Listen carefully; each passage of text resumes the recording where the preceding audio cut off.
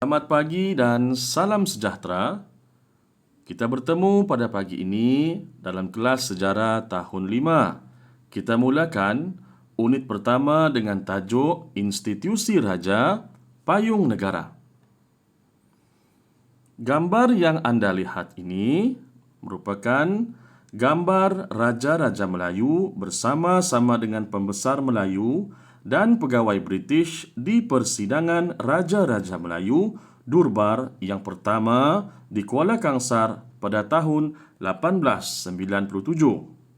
Sinopsis bagi tajuk ini ialah institusi raja diasaskan pada zaman Kerajaan Melayu awal sebagai teras pemerintahan kerajaan.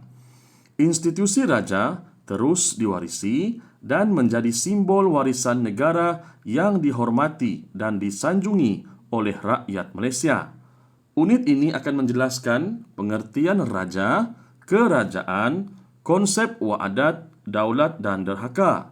Unit ini juga akan membincangkan kedudukan dan peranan Raja-Raja Melayu serta negara yang masih mengamalkan sistem pemerintahan beraja pada masa ini.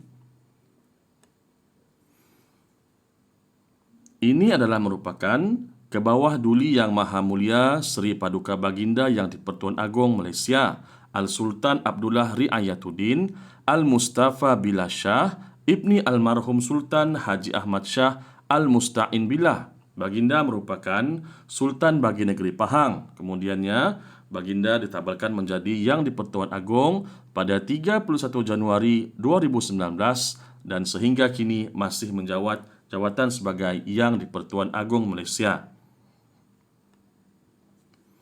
Kita tengok pula Raja Berdaulat Tonggak Kerajaan. Raja atau Sultan ini merupakan pemerintah tertinggi bagi sesebuah kerajaan berdaulat. Manakala kerajaan pula bermaksud negeri atau negara yang ditadbir secara sah. Kalau kita tengok dalam hierarki itu, hierarki yang terdapat dalam buku teks kamu itu, ianya menggambarkan susun lapis masyarakat yang telah kita warisi sejak dari dahulu. Selepas negara kita merdeka, institusi raja diwarisi dan ianya kini menjadi identiti negara kita.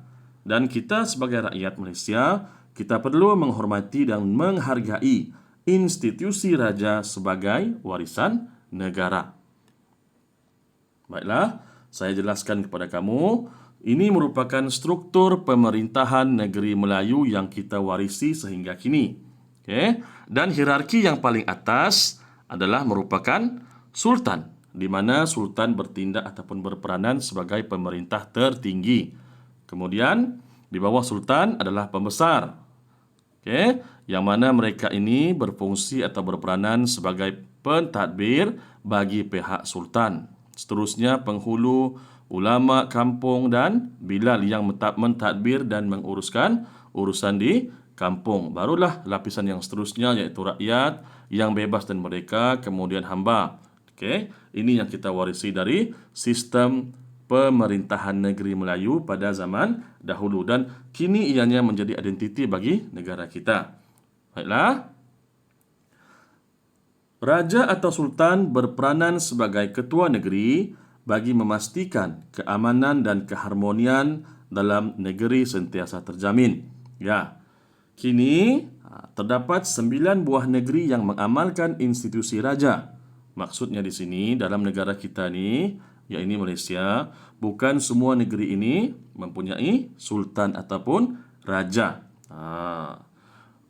Dan ketua-ketua negeri ini menggunakan gelaran yang berbeza. Tengok dari sana, kita tengok dari peta yang atas sekali. Raja itu adalah negeri Perlis. Mereka menggunakan gelaran raja. Kemudian negeri Kedah menggunakan gelaran sultan. Baiklah. Seterusnya negeri Kelantan, Perak, Selangor, Pahang, Johor, Terengganu, mereka semua menggunakan gelaran sultan untuk raja ataupun pemerintah tertinggi mereka. Manakala Negeri Sembilan menggunakan gelaran Yang di-Pertuan Besar. Hanya 2 negeri sahaja yang tidak menggunakan gelaran sultan, yaitu Perlis dengan gelaran raja, dan Negeri Sembilan menggunakan gelaran yang di-Pertuan Besar. Itu adalah merupakan negeri-negeri yang mempunyai raja atau sultan. Okey. Namun tahukah kamu, Pulau Pinang, Melaka, Sarawak dan Sabah tidak mempunyai institusi raja. Saya ulang lagi sekali, Pulau Pinang, Melaka, Sarawak dan Sabah tidak mempunyai institusi raja.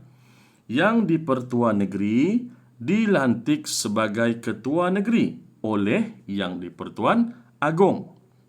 Jadi kita ada untuk negeri-negeri ini mereka menggunakan gelaran Yang di-Pertuan Negeri, ataupun untuk Sarawak dan Sabah gelaran pemerintah tertinggi adalah Tuan Yang Terutama (TYT). Wilayah Persekutuan Kuala Lumpur, Wilayah Persekutuan Putrajaya dan Wilayah Persekutuan Labuan diketuai oleh Yang di-Pertuan Agong. Manakala, seperti yang saya jelaskan tadi, di Negeri Sembilan, rajanya digelar sebagai Yang di-Pertuan Besar.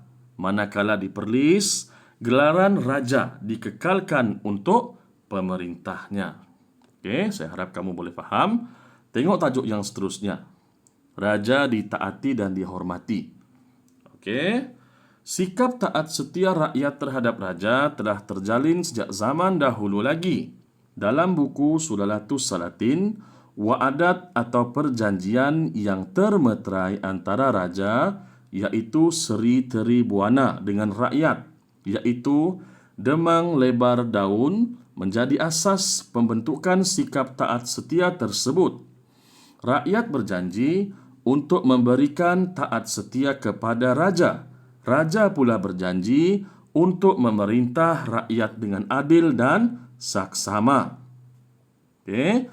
Apabila negara kita merdeka, konsep wa'adat tersebut dimaktubkan dalam prinsip kedua rukun negara, iaitu kesetiaan kepada raja dan negara.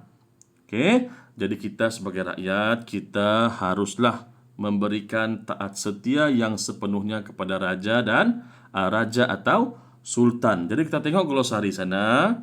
Okey, glosari di sana ada beberapa perkataan, iaitu fadilah, fadihat, iaitu perbuatan mencela. Syarak, hukum ni hukum mengikut agama Islam. Okey, termeterai, dipersetujui. Nista, kata-kata menghina. Paman, panggilan untuk lelaki yang dihormati atau lebih tua. Tadi kita tengok perkataan di atas ini ada yang dihitamkan. Okey, perkataan wa'adat. Okey, wa'adat membawa maksud perjanjian taat setia. Okey, jadi perjanjian taat setia itu adalah wa'adat. Okey, jadi saya berhenti di sini dahulu. Okey, untuk tajuk ini. Jadi atas perhatian kamu, atas kesudian kamu untuk mengikuti kelas pada pagi ini, cikgu ucapkan dengan ucapan sekian terima kasih. Kita jumpa lagi dalam kelas yang seterusnya.